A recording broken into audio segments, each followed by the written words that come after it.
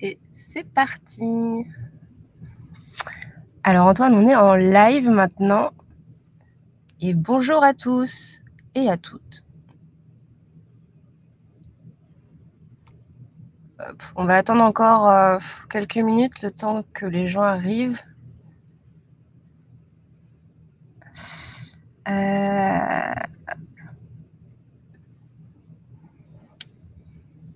On devient tout sérieux, Antoine, alors qu'on parle de nos vacances. Oh. Qu'est-ce qu'on voit actuellement à l'écran? Alors, on nous voit tous les deux, plus ta presse. Et on nous entend, j'imagine. Ah là, oui. Ok, très bien. Non, mais je voulais être sûr. Ah bah voilà. Florence, passe le bonjour.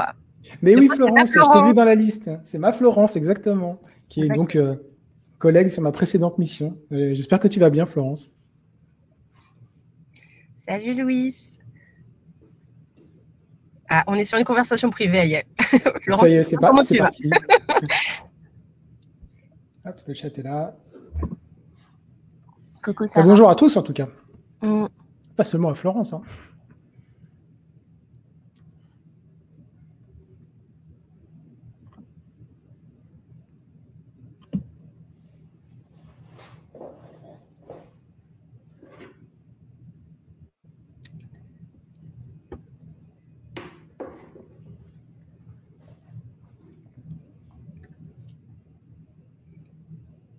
Ah, il y a eu des inscriptions de dernière minute, tu vois. Très bien. Super. Ah, il y a un bonjour de La Rochelle. Est-ce qu'il fait beau à La Rochelle? Bande de chanceux, là. Écoute. Alors, je dis ça et en fait, on a enfin un rayon de soleil à Paris. Peut-être les rayons de soleil uniques depuis les 3 dernières semaines. C'est tellement ça. Salut Xavier. Bonjour Xavier.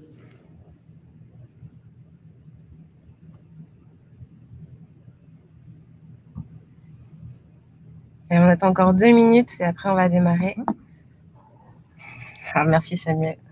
Oui, effectivement, a priori, ce week-end, ça sent la concentration de personnes dans les parcs parisiens.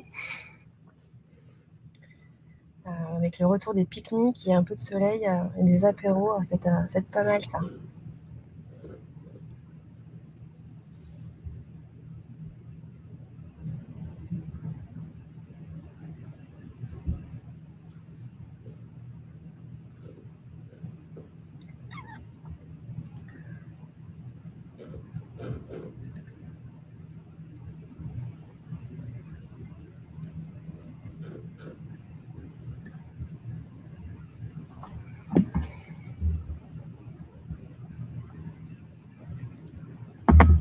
Alors, vous n'étonnez pas si je regarde sur le côté, c'est parce que j'ai un double écran. Et vous, tout le monde, vous êtes sur cet écran-là, sur le côté. Et je vous adresserai la parole ici tout à l'heure. Ce sera quand même un peu plus sympa si je vous parle dans les yeux. Ouais, c'est bien de préciser, effectivement, sinon ça va être un peu bizarre. Hop. Moi, j'ai perdu.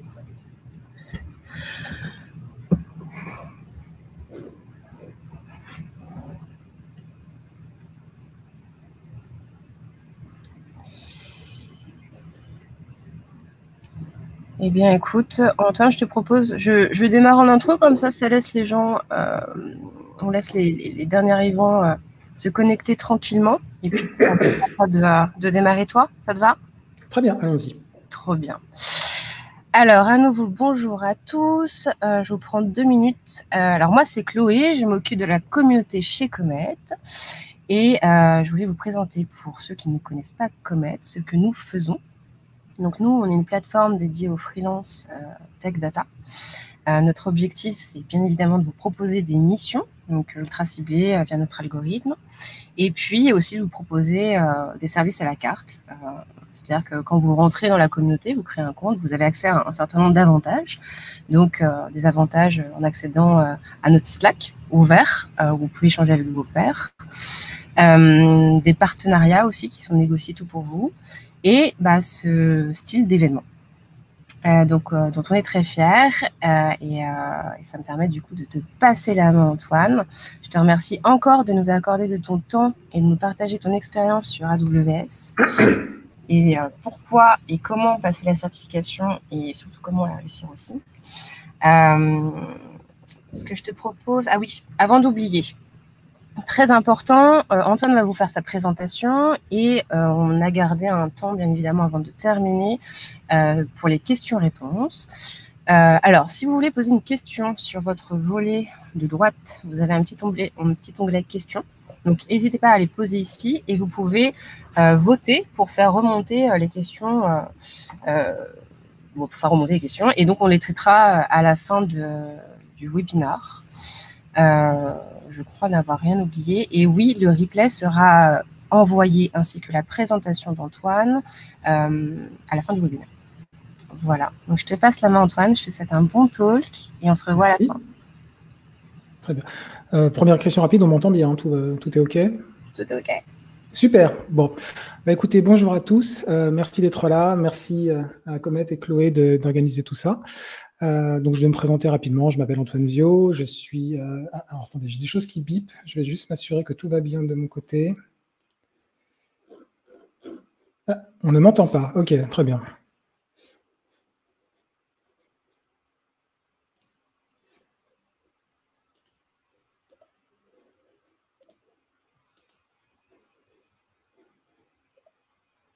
OK, est-ce qu'on m'entend ou pas, là? Alors, je reviens. A priori, oui, hein, ça a l'air de fonctionner. C'est pour Samuel qui a du soleil à La Rochelle, mais pas de temps. Donc, voilà. D'accord. Alors, en fait, ce que je vais faire aussi de mon côté, c'est que je vais désactiver mes notifications parce que ça bipette partout. Voilà. Je vais garder l'écran. Voilà. Bon, OK. Donc, on recommence. Donc, bonjour à tous. Merci d'être là. Je vais me présenter rapidement. Merci à Comet d'organiser ce webinaire. J'espère que vous donnera toutes les informations qui vous intéressent et vous concernent concernant les certifications Amazon Web Services. Je me présente, je m'appelle Antoine Viau, je suis développeur, je suis ingénieur logiciel, software architecte, software engineer, tous ces titres qui peuvent sembler un peu ronflants, mais qui sont importants parce qu'ils me définissent, et ce sont aussi des titres qui vous définissent, et c'est très important par rapport au choix d'une certification Amazon Web Services, notamment lorsqu'on est freelance. Puisqu'en fait, vous allez vous vendre et vendre des compétences, et donc ça dépend. La certification va aussi permettre de vous définir et définir ce que vous allez vendre. Pour la petite histoire, ma première partie de carrière s'est passée dans le jeu vidéo il y a donc longtemps. C'était dans les années 90. Donc jeu vidéo, ça veut dire quoi? Ça veut dire que je codais en C et en assembleur, donc j'étais adepte et même obligé de faire du bas niveau. Alors pourquoi cette petite anecdote? Parce que les certifications AWS sont très rattachées à ce genre de concept de bas niveau. On va le découvrir ensemble.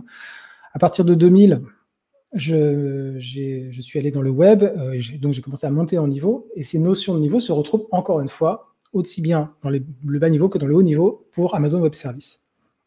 Alors justement, Amazon Web Services, je l'ai découvert en 2010. Ah pardon, excusez-moi, j'ai oublié quelques infos sur moi. Vous pouvez retrouver ici GitHub, Twitch, YouTube, Twitter. Je viens de me lancer sur Twitch. N'hésitez pas à venir. Ce sera des live coding essentiellement et beaucoup d'open source. Donc, je vous disais, Amazon Web Services, je me suis inscrit dessus en 2010 et j'ai découvert ça un peu par hasard. Et à partir de là, je l'ai utilisé tant professionnellement que personnellement. Jusqu'à aujourd'hui, en fait, je continue de l'utiliser sur différents services. Et puis, à force de l'utiliser, j'ai acquis une certaine compétence, une certaine expérience, et je me suis dit, au bout de presque 10 ans, qu'il fallait que je tamponne, que je valide cette expérience par un papier. Et donc, j'ai décidé de passer la certification en 2019, avec les quelques étapes que vous voyez ici. Et donc, l'idée, c'est de vous présenter ce que c'est que les certifications AWS, de vous présenter plus précisément celles que j'ai passées, et surtout, ce que j'espère, c'est vous donner toutes les clés et toutes les ressources pour pouvoir préparer cette certification, savoir à quoi vous attendre, et éventuellement décider ou non de la passer, parce que ça peut jouer aussi. Alors, de quoi on va parler? on va se faire un petit rappel rapide sur Amazon Web Services, notamment pour parler de la philosophie d'Amazon Web Services qui se retrouve énormément dans les certifications.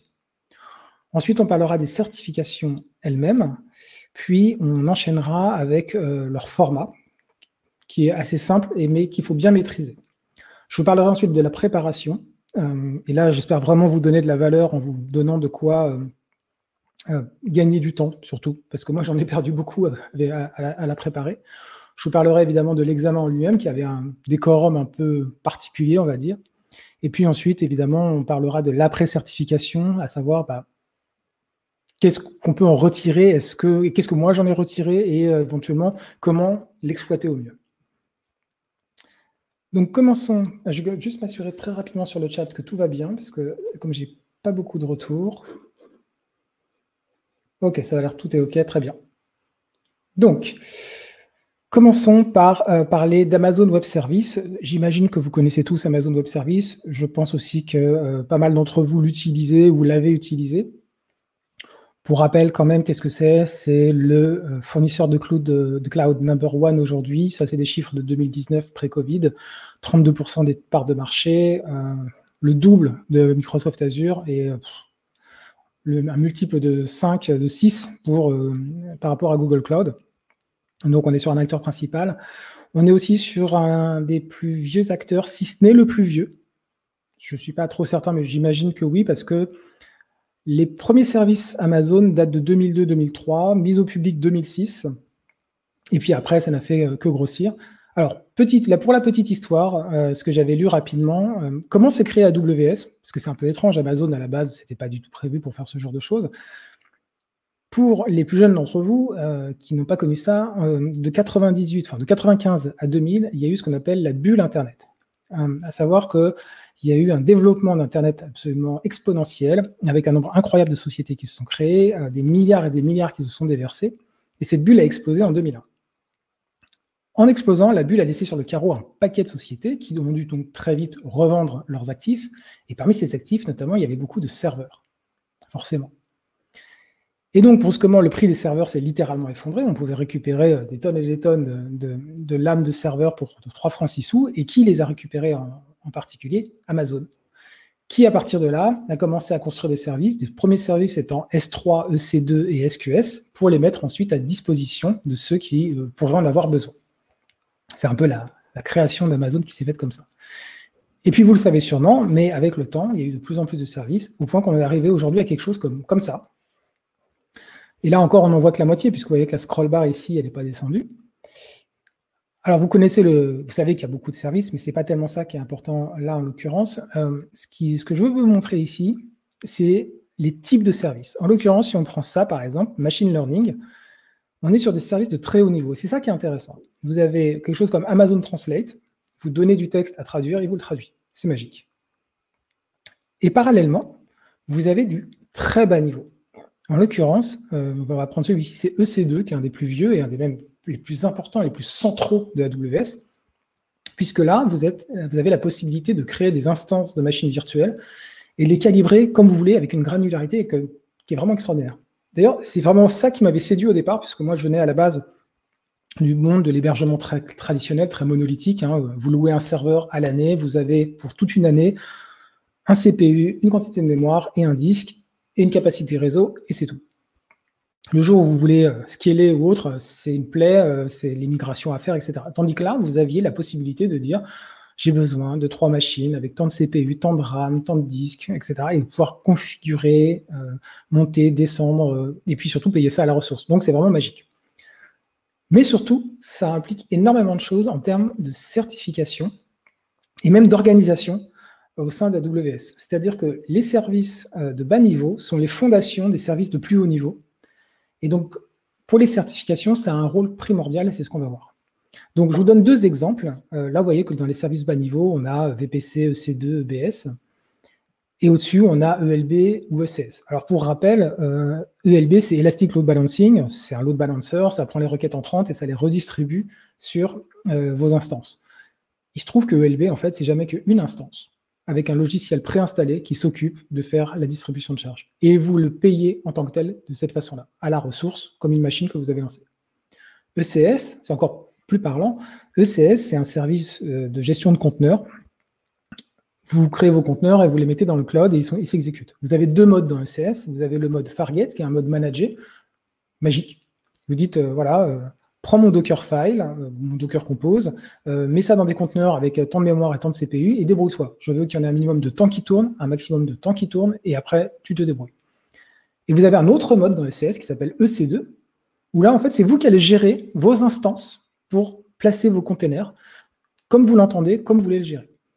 Donc, c'est vraiment ça qu'il faut retenir. Amazon, c'est un panel de services qui vous permet de gérer des choses de façon très automatique, très managée, mais aussi de gérer tout ça de façon très fine. Et cette notion-là, vous allez beaucoup la retrouver au sein des certifications. Alors, les certifications, parlons-en.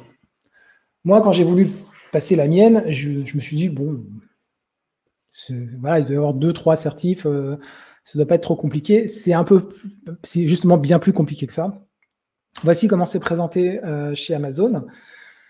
C'est assez piégeux, donc on va en parler. Moi, j'ai divisé cette page en 3 dimensions. Ici, sur la gauche, vous avez le niveau. Faites très attention à cette notion de niveau, elle est très piégeuse.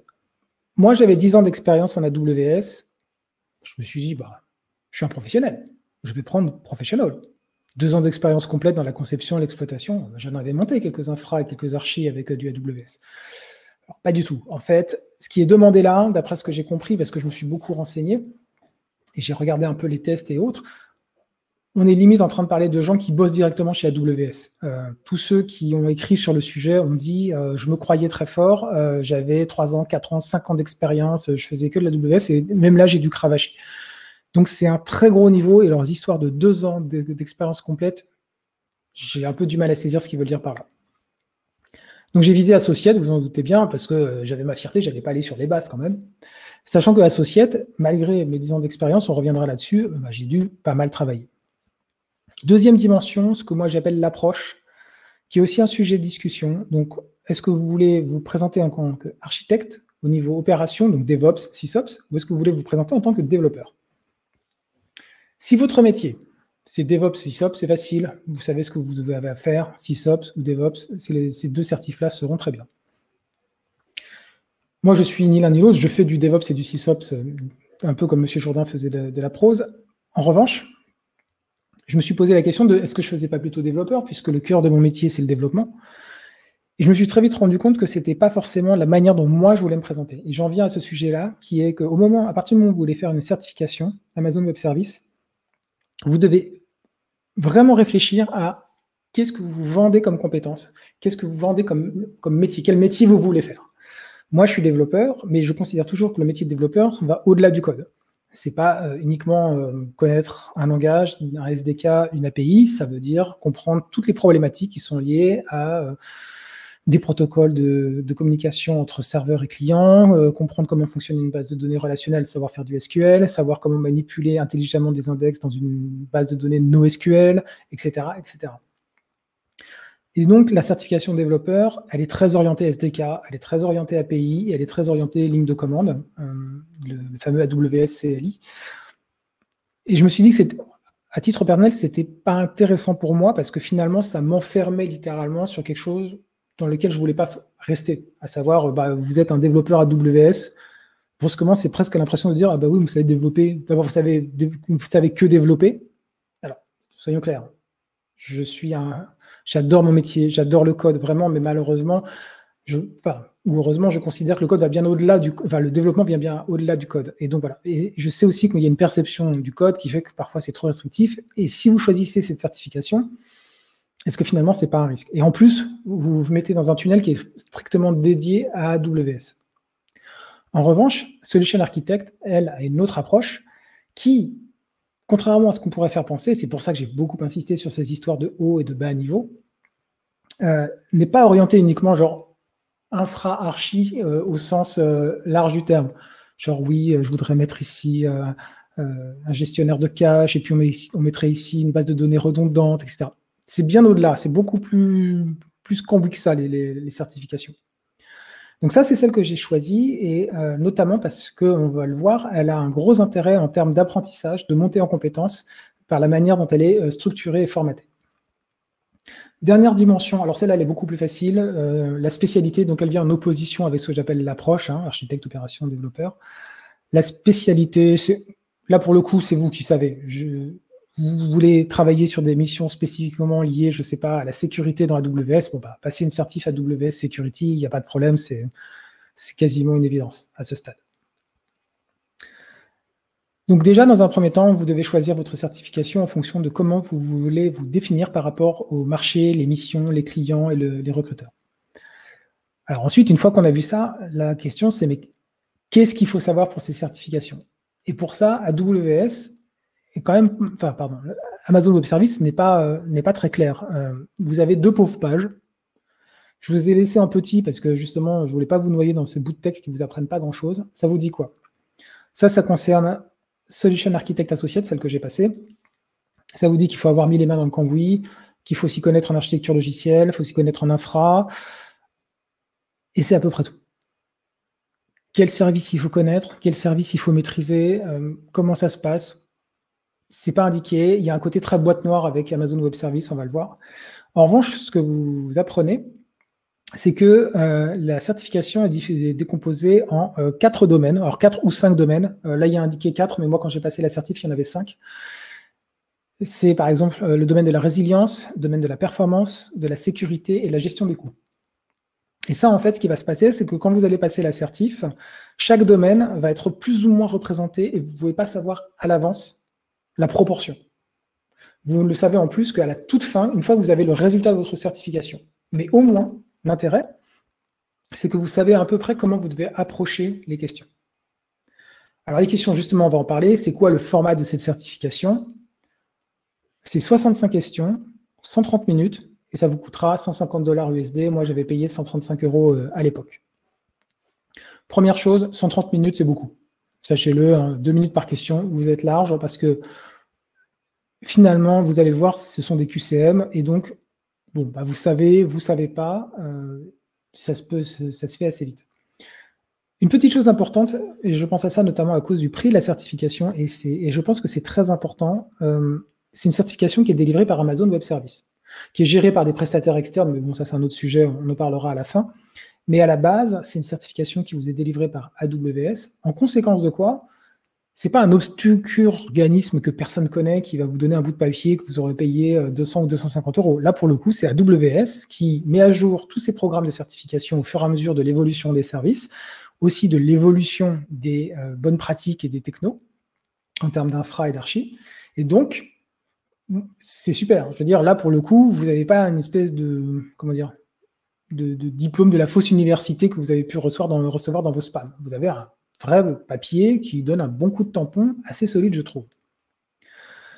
Alors, concernant les questions, et c'est très intéressant et très important, les questions sont des cas d'usage très orientés storytelling, et vous avez juste à y répondre par des QCM ou des QCU. C'est-à-dire, en gros, vous avez une réponse possible ou plusieurs réponses possibles parmi un choix de maximum 4, si je me souviens bien. En plus, la bonne nouvelle, c'est que quand vous devez cocher plusieurs bonnes réponses, on vous dit le nombre. Choisissez 2 parmi 4, par exemple.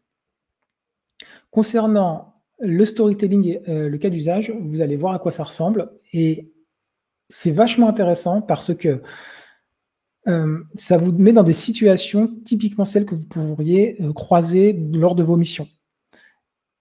Et l'autre avantage, c'est que ça vous oblige à réfléchir de façon moins scolaire que pourrait amener à penser une certification.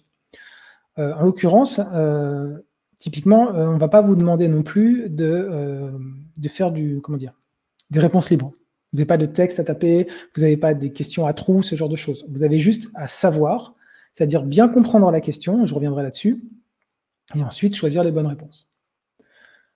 La bonne nouvelle, c'est que vous n'avez pas de questions académiques. Typiquement, on ne va pas vous demander de connaître par cœur des séries de chiffres Amazon. Par exemple, on ne va pas vous demander quel est le nombre maximum d'instances EC2 que vous pouvez lancer simultanément. En revanche, vous pouvez tomber sur une question qui est du genre, vous avez lancé 30 instances EC2, ça ne fonctionne pas, pourquoi? Et là, vous aurez une des réponses parce que Amazon n'autorise que 20 instances simultanément avec un compte de base. Alors, je vous dis ça, je ne me souviens pas avoir croisé ce genre de questions durant l'examen. Par contre, j'en ai croisé quelques-unes de cet ordre-là lorsque j'ai fait les practice tests, qui sont très importants, on va en reparler. Concernant le score pour passer, alors c'est un score qui va de 100 à 1000. Comment il est calculé? On ne sait pas. 70% de bonnes réponses, c'est un chiffre empirique, en fait, on ne sait pas non plus. AWS, c'est une boîte noire de ce côté-là, donc on ne sait même pas quels sont les services à connaître, on ne sait pas comment calculer le score, et on ne sait pas quel est le score minimum à avoir pour obtenir la certification. Bon. Donc, l'avantage, c'est que grâce aux practice tests et autres, j'ai pu faire un peu un résumé de tout ça, et je vais pouvoir vous dire vraiment ce sur quoi vous devez travailler. Alors, avant ça, je vais vous montrer un peu 3 questions que j'ai choisies pour vraiment bien vous résumer le type de questions que vous allez avoir. Alors, je m'excuse par avance pour mon accent anglais. On va la lire rapidement ensemble. Donc, a company is receiving semi-structured and structured data from different sources every day. The solutions architect plans to use big data processing frameworks to analyze a vast amount of data and access it using various business intelligence tools and standard SQL queries. Which of the following provides the most high-performing solution that fulfills this requirement? Suivi 4 solutions possibles, une à choisir. Là, ce que je vous montre, c'est une question relativement courte. Il y a plein de moments où vous allez avoir des énormes pavés à lire. C'est peut-être pour ça qu'ils mettent 130 minutes, mais en réalité, ça se lit très vite, très bien. Le vrai travail que vous avez à faire, c'est d'extraire les informations capitales pour bien comprendre la question et la mettre en relation avec AWS et ce qu'on vous demande. Là, si je prends cette question-là, qu'est-ce qu'il faut retenir? Semi-structured and structured data. Il faut retenir SQL queries et most high-performing solution. Tout le reste, vous pouvez le jeter à la poubelle. Et donc, à partir de là, vous savez quelle est la bonne réponse. Là, en l'occurrence, c'est la deuxième, c'est utiliser un cluster Elastic MapReduce et utiliser les datas dans Amazon Redshift. Autre intérêt de cette question, enfin, ce qu'elle vous montre, c'est ce qu'on vous demande là de connaître, c'est le meilleur service adapté à une problématique et un service plutôt de haut niveau.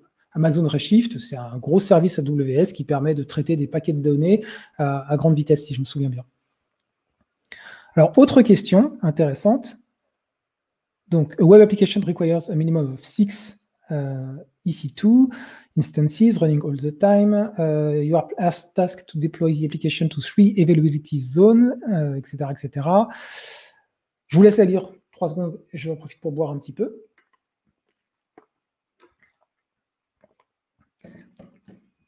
Donc là, ce qu'il faut ressortir de tout ça, c'est quoi? C'est les chiffres.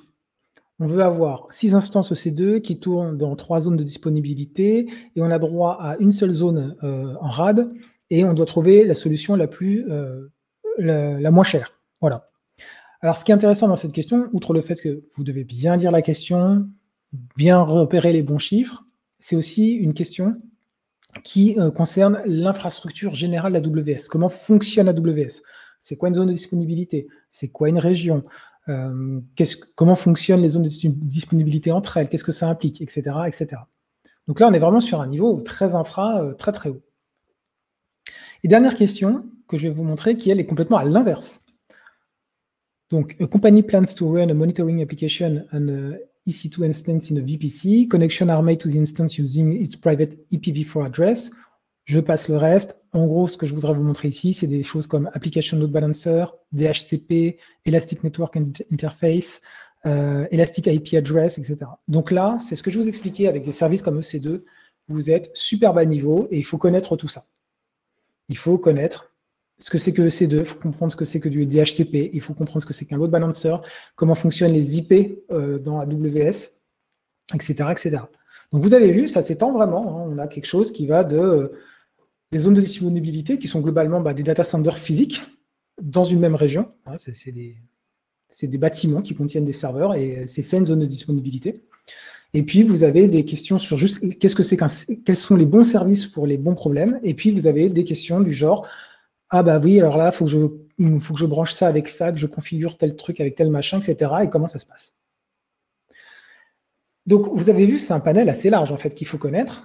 Et alors, si je reviens à la liste immense des services AWS, on se dit, mais c'est pas possible, jamais je pourrais apprendre et retenir tout ça par cœur. Et vous avez raison.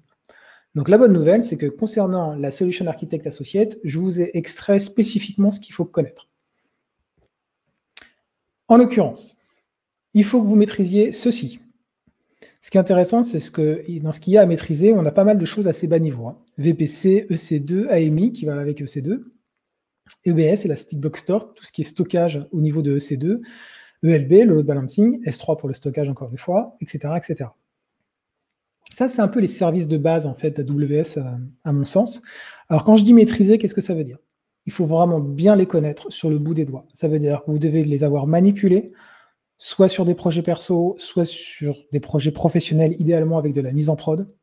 Il faut avoir lu la doc intégralement. C'est la mauvaise nouvelle. Moi, j'avais beaucoup d'expérience en EC2, AMI, EBS, S3 et RDS, ainsi que Elasticache et Route 53. En fait, j'ai découvert qu'il y avait plein de choses, et pas que des petites subtilités que je ne connaissais pas, parce que ces services, outre le fait qu'il y a beaucoup de services dans AWS, chaque service a un panel de possibilités qui parfois est absolument incroyable. Rien que S3, c'est incroyable la manière dont ce service a évolué. Je veux dire, vous êtes capable de stocker des fichiers pour les stocker sur des longues durées, pour les stocker pour de la haute disponibilité, pour les stocker avec des contraintes de sécurité, des contraintes de chiffrement. Voilà, il y a toutes ces choses-là à connaître et qui vous seront posées sous la forme de questions storytelling, qui parfois sont très intéressantes parce qu'elles abordent des sujets que vous avez peut-être jamais eu à affronter. Moi, ça m'a marqué, par exemple, il y avait pas mal de questions qui étaient orientées autour de la sécurité, autour de la santé. C'est très d'actualité, si j'ose dire. Donc, c'était par exemple, une compagnie d'assurance dans la santé doit stocker des dossiers médicaux sur 10 ans, tout en les chiffrant, tout en étant capable de pouvoir ressortir une partie de ces dossiers dans un délai maximum de 24 heures. Quelle est la meilleure solution pour ça? Donc, ils vont vous proposer des questions qui sont parfois complètement à la ramasse, ils vont vous proposer des solutions qui sont parfois complètement à la ramasse par rapport à la question, puis parfois, vous aurez des petites subtilités. Alors, ça me permet de faire une petite parenthèse. Est-ce qu'il y a des pièges dans les questions? Pas vraiment. Il n'y a aucun moment où je me suis dit, oula, c'est tricky celle-là. Vous avez parfois une ou deux petites négations un peu piégeuses, mais je n'ai jamais trouvé rien de tragique. Concernant ces services-là, il y en a un qui est particulièrement important, c'est YAM. YAM, c'est le gestionnaire d'utilisateurs et de sécurité et de rôle au sein d'AWS. Vous en avez besoin absolument partout, donc passez du temps dessus. C'est pas trop compliqué, mais il y a pas mal de docs à lire, mais passez du temps dessus. Donc ça, c'est ce que vous devez maîtriser. Ensuite, vous avez des connaissances approfondies à avoir sur ces services-là. Alors, connaissances approfondies, ça veut dire quoi? Ça veut dire avoir lu la doc. Pas obligé d'avoir mis les mains dans le cambouis, c'est toujours mieux, bien sûr, mais si vous avez lu la doc, ça suffira amplement. Est-ce qu'il faut avoir lu l'intégralité de la doc? C'est toujours mieux. Parce qu'il faut vraiment bien comprendre les tenants aboutissants, les pièges, le fonctionnement, ce que ça implique, les performances, la scalabilité, la résilience, etc., etc. Et pour finir, connaissance de base. Alors, ça va être... là, c'est facile. En gros, vous allez sur la page des services et vous allez juste lire la première page, la présentation du service, et vous êtes bon. Pas besoin d'aller au-delà. La bonne nouvelle, c'est qu'il n'y en a pas tant que ça, parce que si vous deviez faire ça avec tous les services AWS, vous avez vu la liste, c'est absolument terrifiant. Alors, pour avoir toutes ces connaissances-là, il faut se préparer. Pour le coup, je vais faire un peu mon storytelling à moi, je vais vous raconter ma petite histoire à moi en 4 temps. Donc, comme je vous l'ai dit, je me suis inscrit sur AWS en 2010. J'ai travaillé avec de façon régulière en pro et en perso. J'ai affronté tout un tas de problématiques, des problématiques de performance, de sécurité, de résilience, de disponibilité, dans différents cadres. Donc, moi, au moment où je m'inscris à la certification, où je vous dis que je l'attaque, je dis, le patron, quoi. Je le sais, ça va, c'est une formalité, ça fait 10 ans que j'en fais, vous savez. Bonjour, je m'appelle Antoine Viau, excusez-moi, pardon, oui, voilà, laissez-moi passer, merci. Mais comme je ne suis pas non plus complètement inconscient, ce que j'ai fait, c'est que j'ai passé quelques practice tests, j'en ai récupéré à droite à gauche. Accessoirement, et on va le découvrir aussi, c'est que ces practice tests ne sont pas fournis par Amazon Web Services. Amazon Web Services, pour sa certification, c'est vraiment une boîte noire. Vous ne pouvez pas récupérer les versions d'il y a un mois ou d'il y a un an. Vous devez vous débrouiller pour en avoir autrement. Donc, j'ai fait un ou deux practice tests qui se sont passés de façon, comment dire, un peu chaotique, voire totalement catastrophique. Et donc, en fait, à partir de ce moment-là, j'étais obligé de réaliser quelque chose. Je ne connaissais pas la moitié des services. C'était littéralement ça, en fait, qui s'était produit. J'avais fait ce practice test et je ne comprenais même pas les questions. Donc, j'étais en panique totale. Et donc, je suis très vite descendu de mon piédestal et je me suis remis au travail, prêt à affronter cette certification depuis le début et intégralement pour vraiment assurer le coup. Donc là, je vais vous présenter en fait les ressources que j'ai utilisées et j'espère vraiment que ça va vous aider parce que, en tout cas pour moi, elles ont été vraiment très utiles et j'espère vous faire gagner du temps avec ça. La première chose, c'est que j'avais pris un cours sur Udemy qui était en gros spécifiquement dédié au passage de la certification. 82 heures de vidéo.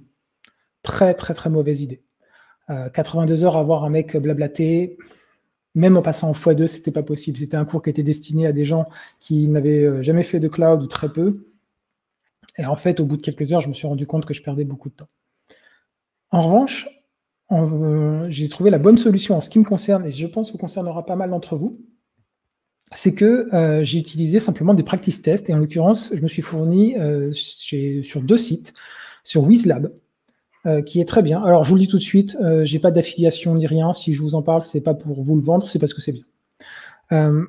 Déjà, de base, vous avez un free test ici, que vous pouvez utiliser avec une vingtaine de questions, ce qui déjà peut vous mettre un peu en jambe. Et ensuite, pour 9,95 €, donc vous n'allez pas vous ruiner, vous avez 21 tests qui représentent 675 questions. Et en plus, ils vous fournissent des espèces de quiz labs qui permettent d'approfondir certains sujets. Donc, eux, ils sont vraiment très bien. Je vous les conseille. C'est bien foutu en plus. Voilà, vous avez ici tous les tests, un final test à passer un peu avant l'épreuve finale, histoire de vraiment bien se mettre en jambes. Et puis ici, vous avez les différents quiz ou labs qui vous permettent d'approfondir précisément certains sujets. Donc, vous continuez d'acquérir des connaissances, de la compétence, et pas uniquement dans un mode purement bachotage, ce qui n'est pas inintéressant. Et puis là, vous avez le résultat pour chaque test que vous passez et avec les différents domaines qui sont concernés. Évidemment, quand vous avez ces tests, vous avez les réponses qui sont fournies avec. Sur WizLab, c'est bien fait, parfois un petit peu brouillon, il vous faut parfois des copies d'écran mal scalées, mais bon, c'est pas très très grave. Mais au moins, vous savez pourquoi vous vous êtes planté, typiquement. Deuxième ressource que j'ai utilisée, Udemy avec John Bozo. C'est une grosse réputation aussi. Donc là, c'est 6 tests avec, pareil, les solutions, etc. C'est 10 €, c'est pas très cher, c'est bien foutu. Voilà. C'est ce que moi, j'ai utilisé et que j'ai trouvé très pratique. Autre ressource qui, j'ai découvert un peu trop tard, malheureusement, parce que celle-là, elle est vraiment super. Ce n'est pas des practice tests, ce sont des fiches, des cheat sheets sur Tutorial Dojo. Alors là, c'est gratuit, donc en plus, ça ne vous coûte rien, c'est parfait. Pardon. Donc là, en fait, ce qui est super, c'est que ça vous permet, si vous avez déjà un certain nombre de connaissances en AWS, de très vite voir ce que vous connaissez ou vous ne connaissez pas, pour ensuite aller plonger dans la doc quand c'est nécessaire. Parce que j'ai évidemment passé beaucoup de temps dans la doc AWS, c'est extrêmement chronophage, ça fait mal au crâne au bout d'un moment de se bouffer autant de... c'est verbeux, hein, la doc AWS, si vous l'avez déjà vu, c'est complet, c'est bien foutu, mais c'est vraiment, vraiment indigeste. Mais voilà, avec ça, avec ces fiches-là, vous pouvez aller beaucoup plus vite et c'est vraiment très, très, très, très pratique. Donc voilà, donc j'ai travaillé comme ça pendant à peu près 1 mois, pas à temps plein, mais de façon très intense, pour vraiment tout repasser, tout réviser, faire des exercices, mettre les mains dans le cambouis, utiliser la console AWS pour m'assurer que je maîtrisais bien les différents sujets. J'ai passé beaucoup de temps, notamment sur EC2. Et puis, est arrivé le fameux jour de l'examen. Alors, je ne pourrais vous présenter que cette seule photo, puisque, en fait, théoriquement, on n'a pas le droit de prendre de photos, on n'a pas le droit de montrer quoi que ce soit. Alors, pour l'examen, c'était assez marrant. Donc, c'est des prestataires externes qui le gèrent. C'est soit PSI, soit Pearson. Donc, en gros, on vous donne un voucher et vous vous présentez à un endroit. Alors, moi, je m'attendais à une salle avec, je ne sais pas, des surveillants, des tables, un truc sur papier, enfin, un peu à l'ancienne. Alors, pas du tout. En fait, on m'a fait descendre dans une cave. C'est pour ça que vous voyez de la pierre derrière. C'était littéralement une cave voûtée, très saine, hein, très jolie, mais c'était une cave. Dedans, il y avait 2 PC un peu bizarres et il n'y avait que moi. Et je suis resté tout seul pendant tout l'examen. Alors, pourquoi? Parce qu'en fait, ce PC un peu bizarre, vous avez une webcam au-dessus qui regarde votre clavier et vos mains. Vous avez une webcam frontale qui vous regarde vous. Vous avez une espèce de petit scanner sous l'écran. Et en fait, on va vous demander en arrivant d'abord de vous connecter. Puis ensuite, il faudra présenter 2 pièces d'identité, et ils insistent bien là-dessus, 2 pièces d'identité que vous allez présenter sur le scanner et ensuite que vous allez présenter sur les webcams. Et en fait, vous êtes en communication avec quelqu'un à l'autre bout du monde qui doit gérer je ne sais combien de candidats de façon simultanée. Alors, ça fait 10 minutes à faire des trucs un peu genre un peu à gauche, un peu à droite, plus haut, plus bas, etc. Alors, une fois que vous avez passé cette procédure, vous avez l'enchaînement des questions, 130 minutes. Vous êtes surveillé, donc pas le droit de parler, pas le droit de couvrir sa bouche, pas le droit aux écouteurs, pas le droit au téléphone, toujours les mains sur le clavier ou sur le bureau qui est devant vous. On vous fournit un crayon, un papier et c'est tout. Qu'est-ce qu'il y a d'autre qu'on vous interdit de faire? C'est à peu près tout, mais c'est déjà pas mal. Et puis à partir de là, vous enchaînez les questions. Vous pouvez revenir à n'importe quel moment sur n'importe quelle question. Quand vous arrivez à la fin, on vous demande si vous êtes certain si vous ne voulez pas repasser un grand coup derrière. Et puis, une fois que c'est fait, c'est validé.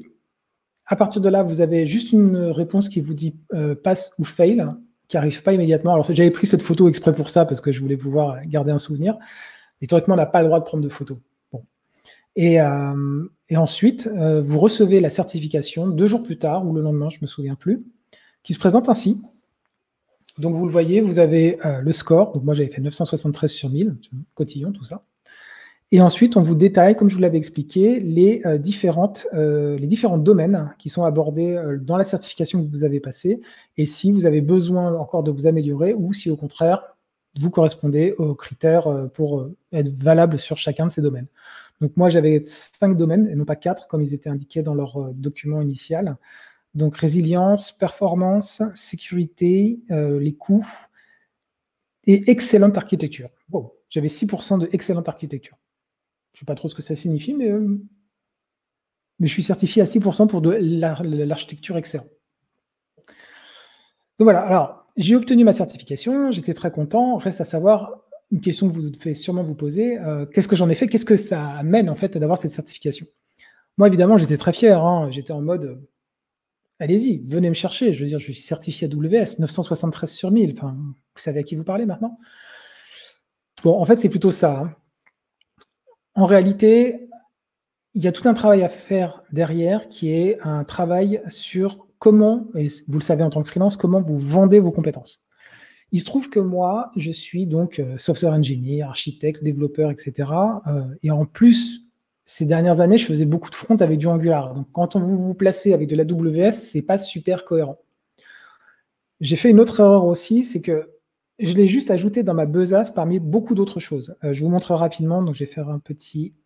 Voilà, je vous montre mon site perso, enfin mon site pro en l'occurrence. Et là, ce que vous voyez, c'est que ça, c'est les différentes compétences que je présente. Et j'ai mis Amazon Web Service avec certifié solution, etc.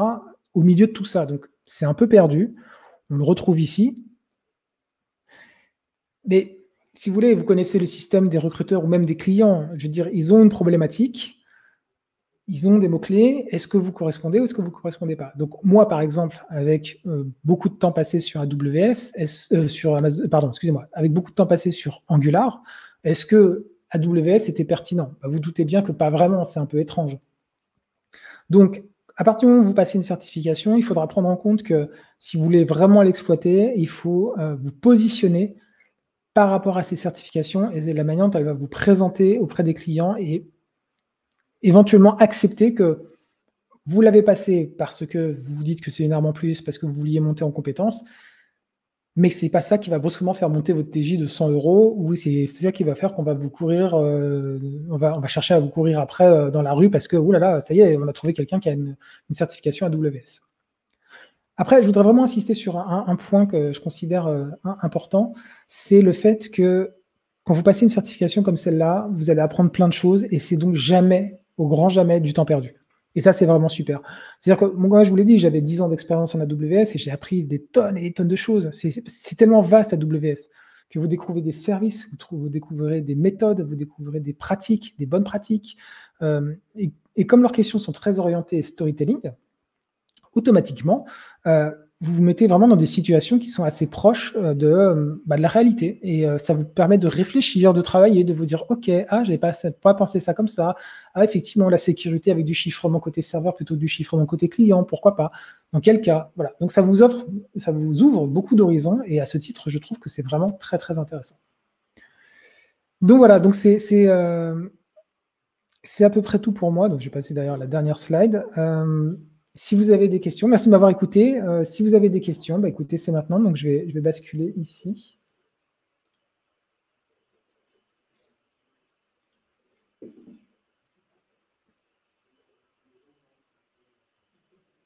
Voilà, je vais dans questions. Voilà. Pour le coup, je pense que j'ai répondu à la question. Donc oui, Udemy avec John Bozo, en ce qui concerne les practice tests, et puis WizLab qui était vraiment très bien. Et dans les deux cas, je vous le dis, à 10 €, c'est pas cher payé, donc allez-y les yeux fermés. Et surtout, ça vous servira de base pour progresser au fur et à mesure.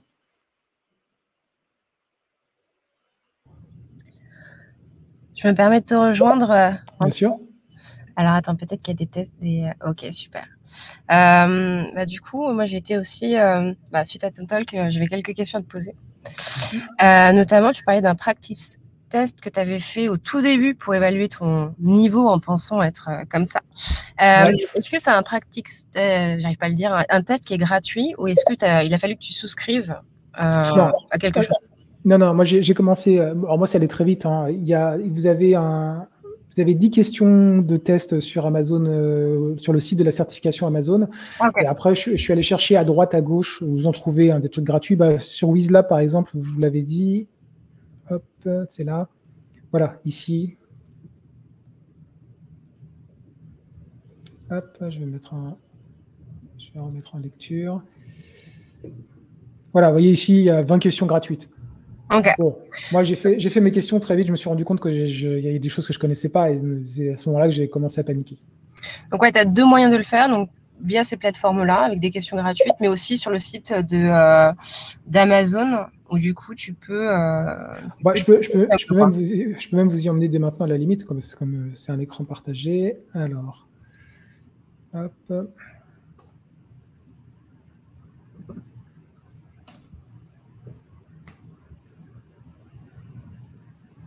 Donc, si on va dessus, se préparer à un examen.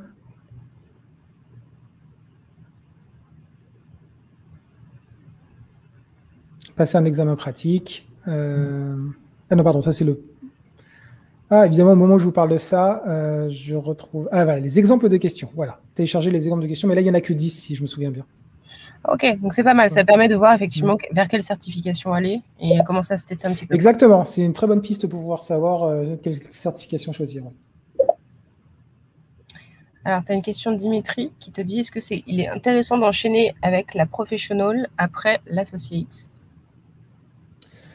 Alors, pour le coup, j'ai envie de dire, c'est vous qui savez en fonction de la carrière que vous voulez mener. Professional, pour ce que j'en ai lu, c'est vraiment un niveau expert. Ceux qui passent la professional sont ceux qui ont une grosse expérience et des grosses compétences en AWS. Ce qui, si vous êtes en train de partir dans une dynamique de spécialisation, peut être super. Et pour le coup, alors, c'est encore un avis subjectif, je pense que c'est quelque chose qui peut vous amener à augmenter votre TJ de façon significative si vous tombez sur les bonnes missions ou simplement le bon travail où on dit, voilà, nous on est sur AWS, on a besoin vraiment d'une personne qui maîtrise super bien ça, avec telle problématique, et là vous êtes un expert. Donc en tant qu'expert, vous vendez au prix d'un expert. Après, si vous êtes dans une logique de freelance comme moi, qui est pour pouvoir diversifier au maximum son panel de missions, son panel d'expérience, en fait, peut-être moins intéressant. L'autre chose aussi que j'ai vraiment retenue, c'est que la professional, elle est vraiment chaude. Alors, le TJM qu'on peut espérer, c'est... encore une fois, c'est toujours la même chose, ça dépend de chacun, parce que si vous avez, je ne sais pas... Pour le coup, vous savez comment les TJ, ça varie en fonction du client, ça va varier en fonction de votre expérience, de votre techno, etc. Moi, j'ai jamais fait de mission en tant que DevOps. Donc, je pourrais pas dire qu'est-ce que ça vaut un DevOps avec ou sans certification? Ce que je peux dire, c'est que moi, mais c'est encore une fois, c'est mon parcours personnel, j'ai pas fait un jump de mon TJ grâce à AWS, tout simplement parce que les dernières missions que j'ai faites, il n'y avait pas d'AWS. Florence, ma camarade qui est là, ça fait très plaisir Florence, nous on était sous Azure. Donc bon, AWS dans ce cas-là, c'est un peu dommage. Là, je vais entamer prochainement une mission. J'ai exactement le même problème. J'étais très fier, j'ai passé l'entretien en disant « Ah, vous savez, je suis certifié AWS. » Oui, mais nous, on est chez Azure. Alors après, j'ai quand même essayé d'expliquer, oui, AWS certifié, ça veut dire quand même que j'ai passé tout un tas j'ai validé un certain nombre de compétences, de problématiques, etc. Malheureusement, ça, est-ce que les recruteurs ou les clients le savent? J'en suis pas persuadé. Je vais me permettre de rebondir du coup et te répondre, Tony, pour Comet. Comme le disait Antoine, en fait, quand tu fais ta certification, il faut déjà avoir pratiqué. Donc, en fait, en vrai, la certif, je pense que c'est plus un achievement, en fait, pour vous aussi, pour être sûr, en fait, de certifier un niveau, quoi. Côté client, c'est pas... il faut regarder les deux encore aujourd'hui, de se dire, est-ce que tu as la certif ou non? Et du coup, ça évite potentiellement de passer certains tests ou évaluations. Mais encore aujourd'hui, tu vois, si tu as assez d'expérience sur AWS, en vrai, ils vont plutôt faire confiance et peut-être te tester techniquement. En fait, je dirais, l'avantage, c'est que au moins, tu vas peut-être éviter certains tests. Et au niveau de la demande, c'est toujours nous, ce qu'on a constaté en fait en vrai, c'est que la demande est de plus en plus croissante, de vraiment avoir la certification AWS, mais ça n'a pas non plus été ultra fulgurant, quoi. Donc, soit tu justifies de l'expérience nécessaire, soit tu as la certif, et en gros, ça t'évite potentiellement de passer certains tests techniques en avance de phase et en entretien. Alors, je rebondis là-dessus parce que j'étais dans une période où j'étais assez dispo pour passer des certifs. Je voulais passer, par exemple, la certif Symfony. Et je m'étais un petit peu renseigné auprès de tes confrères et tes consoeurs sur est-ce que ça vaut le coup. C'est exactement ce qu'on m'a dit. Ce que vient d'expliquer Chloé, ça s'applique à peu près à toutes les certifs. Je pense pas que ça vous donne un avantage dans le sens où vous arrivez et on vous sort le portefeuille, combien tu veux, c'est trop bien, etc. Par contre, ça vous donne un avantage non négligeable si vous cumulez expérience et certification, dans le sens où ça fait gagner beaucoup de temps aux personnes qui sont en face de vous. Et c'est très appréciable. Si quelqu'un dit, voilà, j'ai 3 ans d'expérience Symfony et je suis certifié, ou ça fait 4 ans que je fais de la WS et je suis certifié, automatiquement, on sait qu'on n'a pas de test à faire passer. Et surtout, globalement, le CV, il passe en haut de la pile. Ouais, c'est ce que j'allais dire. En fait, vous allez potentiellement gagner du temps en fait, et être priorisé face à d'autres profils pour une mission, quoi. Maintenant, les certifications, j'ai envie de dire, n'importe qui peut les passer. Hein, donc, ça ne vous fait pas de vous. J'aurais bien aimé que ce soit le cas, mais ça ne fait pas de nous des génies. Hein. C'est pas ça qui va faire que brusquement, on va devenir des Steve Jobs ou des Bill Gates. Hein. Ouais, mais en vrai, c'est quand même pas mal de prépa, quoi. Enfin, tu peux pas non plus. Oui, c'est du boulot. C'est assez intéressant que tu dises ça, parce qu'effectivement, moi, ça m'a demandé du boulot. Alors moi, je suis quelqu'un d'assez scolaire, assez besogneux, donc c'est peut-être aussi pour ça que j'ai passé du temps dessus. Mais encore une fois, AWS, le sujet est très très vaste, sachant que la solution d'architecte n'est qu'une sous-partie de l'ensemble des services. Effectivement, dans mes services dans ma certif, à aucun moment j'ai eu des questions sur le machine learning. Hein.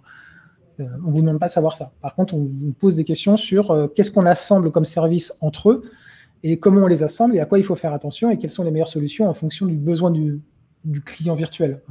La performance, la sécurité, la haute disponibilité, etc. etc. Alors, on me demande un TJM pour redonner une fourchette. c'est difficile comme question. C'est difficile parce que si je parle, moi je peux vous donner mon TJ approximatif. Moi je me vends aujourd'hui aux alentours de, je vous donne une grosse fourchette, 600-800. Mais si je me retrouvais à vendre ma compétence AWS aujourd'hui, troisièmement, je ne peux même pas répondre à la question parce que j'ai jamais vendu ma compétence spécifique AWS. J'ai toujours mis AWS comme étant une connaissance supplémentaire qui me permet éventuellement de communiquer directement avec les gens qui sont DevOps, SysOps, etc. Ou quand, par exemple, je vais travailler dans une startup, être capable de mettre en place une infra à une échelle plus ou moins importante. Voilà. Et ouais, pour compléter un petit peu le côté, de ce qu'on constate côté Comet aussi, c'est que à nouveau, en fait, la certification, il n'y a pas un impact fulgurant en fait sur le TJM. Et en fait, aussi, je comprends la logique aussi, elle est pertinente. Néanmoins, je pense pas qu'il faille passer des certifications dans l'optique d'augmenter son TJM. À nouveau, c'est une manière en fait d'attester un niveau technique sur une expérience déjà existante. Donc, du coup, effectivement, de plus en plus de clients la demandent, ce qui fait que ça vous priorise potentiellement sur une pile de candidats. Maintenant, ça n'a pas un impact encore aujourd'hui vraiment constaté significatif sur les TJM de nos freelances. Ce que je pourrais ajouter, c'est un problème pour lequel j'ai pas encore vraiment trouvé de solution, mais en fait, c'est la question de savoir c'est comment vendre la certification spécifiquement. Ce que je veux dire par là, c'est que moi, je pense que c'est une certification de très bonne qualité. Pas tant parce que je l'ai réussi ou autre, mais c'est parce qu'elle m'a obligé à affronter tout un tas de problèmes en mode storytelling et donc à réfléchir. Parce qu'évidemment, j'ai répondu aux questions au sens AWS, mais à un moment, quand on vous parle de microservices avec, je ne sais pas, un message broker et différentes instances, etc., vous cherchez un peu à comprendre pourquoi c'est fait comme ça, c'est quoi l'intérêt, etc. Et moi, je suis développeur, ingénieur logiciel, mais je vends des prestations de développement. Et en fait, ce qui peut-être je n'ai pas encore réussi à bien faire, et c'est peut-être ce que vous arriverez à faire, ou au moins je vous invite à y réfléchir, c'est comment expliquer d'une façon ou d'une autre aux personnes qui sont face à vous que vous avez passé une certification qui prouve non seulement que vous êtes bon à AWS, mais surtout qui montre que vous avez affronté, réfléchi, tout un tas de problèmes d'architecture qui vont bien au-delà du développement, qui vont bien au-delà de quel SDK choisir ou quelle est la meilleure façon, j'en sais rien, de structurer son code. On est aussi sur des problématiques de comment on gère quand on a un flux de données qui arrive là, qui repart là, et qu'on a des goulets d'étranglement ici, et que, ah oui, mais là, ici, il faut que ce soit chiffré, mais pas là, et ainsi de suite, et ainsi de suite. Alors, les autres certifs AWS qui mettront un profil DevOps en avant chez le client, alors là, c'est assez facile. Je vais retourner, je vais remontrer la slide concernée. C'est celle-là. Voilà, ça va être ces deux-là. DevOps Engineer et SysOps Administrator. DevOps, vous avez deviné, en gros, ça concerne tout ce qui va être CI/CD, parce que parmi les services AWS, vous avez tout un tas de services spécifiquement dédiés à ça, CI/CD. Vous avez Code Deploy, Code Commit, et il y en a encore 3 ou 4 autres, qui sont des trucs qui permettent de reconstituer, en gros, GitLab CI, GitHub et toutes ces choses-là.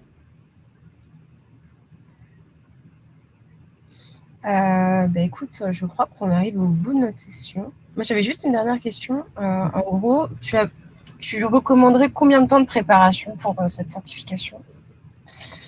Pour arriver à l'aise, quoi. Beaucoup. Moi, j'ai passé un mois. J'ai passé un mois intense, vraiment. Alors que, comme je vous l'ai dit, j'avais quand même, je pensais avoir de bonnes connaissances en AWS, puisque j'en avais fait beaucoup, sauf que le scope est tellement large que brusquement, on est en train de se dire, ah, mais mon Dieu, je savais même pas que tel service existait, qui fonctionne comme ça, qui sert à ça, etc.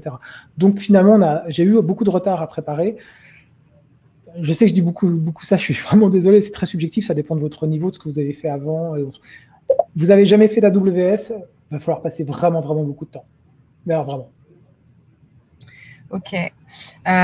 Du coup, Thierry rebondit en te demandant pourquoi tu as choisi la solution architecte plutôt que développeur. Alors, comme je l'ai expliqué, c'est que développeur, pour moi, l'inconvénient, c'est que je trouvais ça trop restrictif. Brusquement, on devient un développeur AWS. Donc, d'un côté, comment ça sonne, développeur AWS, pour les clients, les recruteurs, et peut-être même le reste de la communauté Comet et autres? C'est quoi? Ça veut dire, vous êtes développeur, ok, vous produisez du code. Et là, vous produisez du code pour AWS. Moi, je trouve ça dommage. Je veux dire, je suis développeur, je produis du code, mais je sais faire beaucoup d'autres choses. Je sais architecturer d'un point de vue logiciel, je sais architecturer d'un point de vue infrastructure. J'ai déjà travaillé sur des notions de microservices, de files d'attente, de broker de messages, des problématiques de sauvegarde, de multiples sauvegardes. Bref, le fait de dire AWS développeur, ça me semblait vraiment restreindre le champ de mes possibilités. Mais et c'est une bonne remarque, de dire mais pourquoi celui-là plutôt qu'une autre, c'est qu'en fait, d'un autre côté, avec Solution Architect, je m'éloigne de la partie développeur. Or, moi, je me vends en tant que développeur. Donc, c'est un peu compliqué. Et donc, il y a un gros travail que je n'ai pas suffisamment fait, je pense, et sur lequel il y a toute une réflexion à avoir, c'est comment on propulse, comment on met en avant des compétences qui parfois peuvent avoir l'air assez éloignées. Eh bien, écoute, Antoine, je crois que on a répondu, enfin surtout toi d'ailleurs, tu as répondu à toutes les questions. Écoute, j'en profite pour te remercier infiniment pour ce talk qui a beaucoup plu d'ailleurs dans les commentaires, tu verras. C'est très gentil, merci. Soyez en passant, j'en profite. Si vous avez des questions, n'hésitez pas à me contacter. Il n'y a vraiment aucun souci. Contactez-moi via Twitter, via mon site, vous l'avez vu passer, il y a mon mail dessus. Il n'y a vraiment aucun problème. Hein. Et alors aussi, parce que j'en profite pour faire ma petite promo, comme je me suis lancé sur Twitch il n'y a pas très longtemps, essayez de choper mes streams. Et si vous avez des questions, venez dans le stream et posez-moi les questions. Ça me fera super plaisir d'y répondre. Écoute, merci beaucoup Antoine. Merci à tous d'avoir participé. On a lancé un petit sondage avant de partir. Ça prend 1 seconde et demie pour nous dire ce que vous en avez pensé. Et puis, on se retrouve très vite pour un prochain webinaire Comet. Ciao, ciao. Merci à tous. À bientôt. Salut.